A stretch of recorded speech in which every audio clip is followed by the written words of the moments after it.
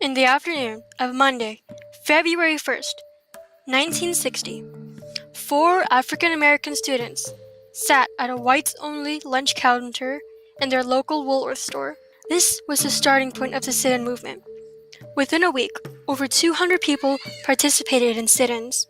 Near the end of February, there were approximately 30 cities and 7 states that had sit-in protesters. The reason this movement spread so rapidly was because of its simplicity. It was easily replicable, and it was a non-violent way to protest against segregated lunch counters. Hi, my name is Samantha Vang, and if you couldn't tell, I'll be presenting about the sit-in movement. I hope you all enjoy this presentation that I put my heart and soul into. And I know that presentations can be boring, so I've hidden 3 Easter eggs to keep y'all entertained. So, be on the lookout. Ha ha. I'm sorry, Miss Cat. I'll try to be more professional. So I was saying, 4 African American students walked into a restaurant to order food. But, plot twist, they sat at a whites-only counter.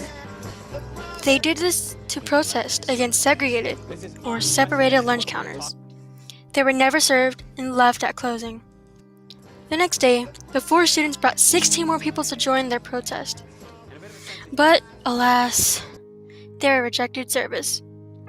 The day after, all the seats in the restaurant were occupied by protesters. Not a single one was served.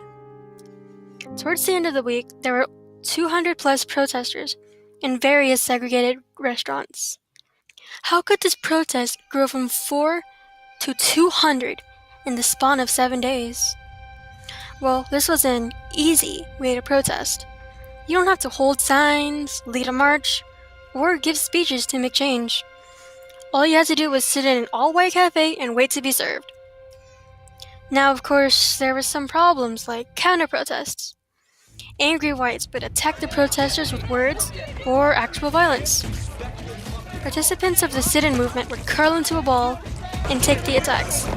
They would not fight back because it would defeat the purpose of a non-violent protest. Sometimes officers would come into the cafe, not to break up the fights, but to arrest the participants.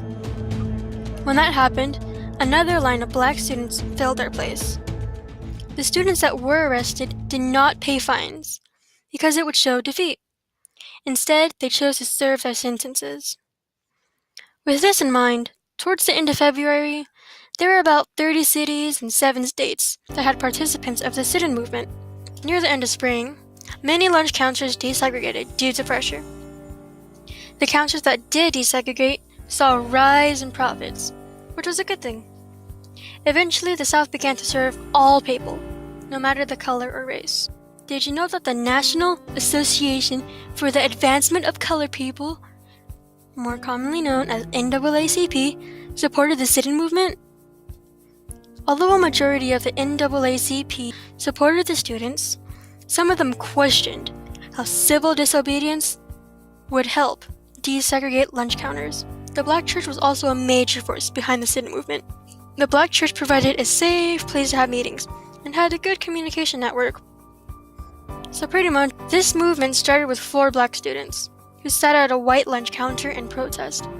The simplicity of this protest caused it to spread into 7 different states.